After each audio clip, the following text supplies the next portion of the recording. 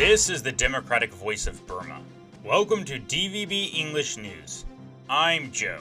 In this week's briefing, the National Unity Government visits Australia Foreign Minister. UN Human Rights Chief meets Myanmar refugees in Malaysia. Death toll in alleged massacre near Sittwe rises to 76. Thai academic on Bangkok's approach to Myanmar. And Patrick Winn's new book about Wa State called Narcotopia, in search of the Asian drug cartel that survived the CIA.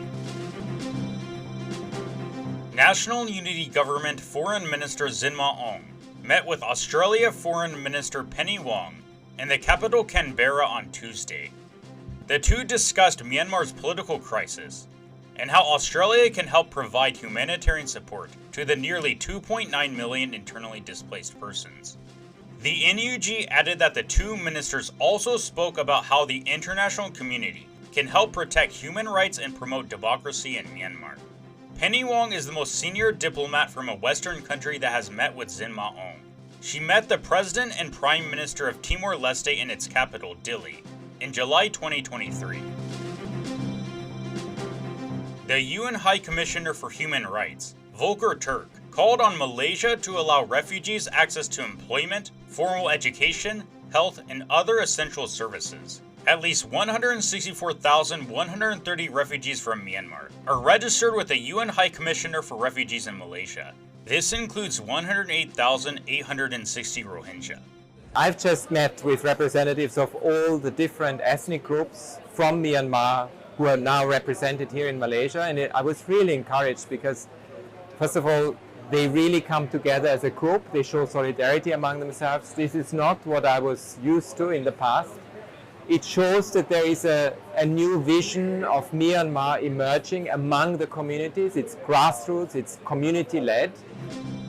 That was Volker Turk, the UN High Commissioner for Human Rights.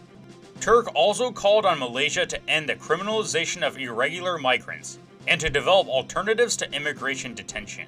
At least 1,000 undocumented Myanmar nationals have been arrested in Malaysia since December. The Rakhine army claimed on Tuesday that the death toll from the alleged murder of civilians in Bianpiu village of Sittwe Township rose to 76. It previously stated that women, children, and elders were among the 53 killed by the military and its allies. Accusations were leveled at the Rakhine Liberation Party and Muslim conscripts, a reference to the Rohingya who were forcibly conscripted into the military. The NUG condemned the killings. The British embassy in Yangon expressed its condolences to the victims. Both the military and the ALP have denied responsibility. Volker Turk has called for an immediate cessation of violence in Rakhine State, and for all armed groups to protect civilians and allow humanitarian aid deliveries. Sirada Kemanitatai, a faculty member at the Chiang Mai University School of International Affairs, spoke to DVB. She said that Thailand has continued its approach to the conflict in Myanmar, following the resignation and replacement of the Foreign and Vice Foreign Affairs ministers in April. Thailand needs to have a leading role in the peace process of Myanmar, but they come up with the idea of like ASEAN Troika Plus to have China and India under the ASEAN framework to take a role of a mediation. It's very important to be inclusive.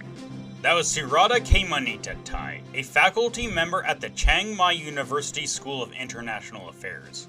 Diplomat Mara Sangyapong became Thailand's new Foreign Affairs Minister on May 1st.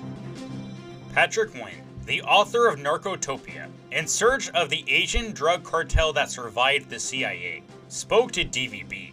His book looks at how Wa State, a self-governing autonomous region located in Shan State on the Myanmar-China border, has survived and thrived. I think Wa State has a fairly stable future because it is essentially plugged into the Chinese government apparatus. It's in China's strong interest to keep Wa State on its side. I do know that when Wa leaders are about to make a decision of significance, they will think to themselves, will this frustrate the Chinese Communist Party?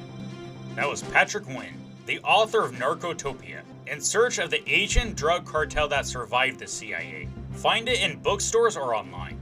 And that's it for this week's briefing. I'm Joe. Stay tuned to DVB English News on X, Facebook, Instagram, Threads, and TikTok.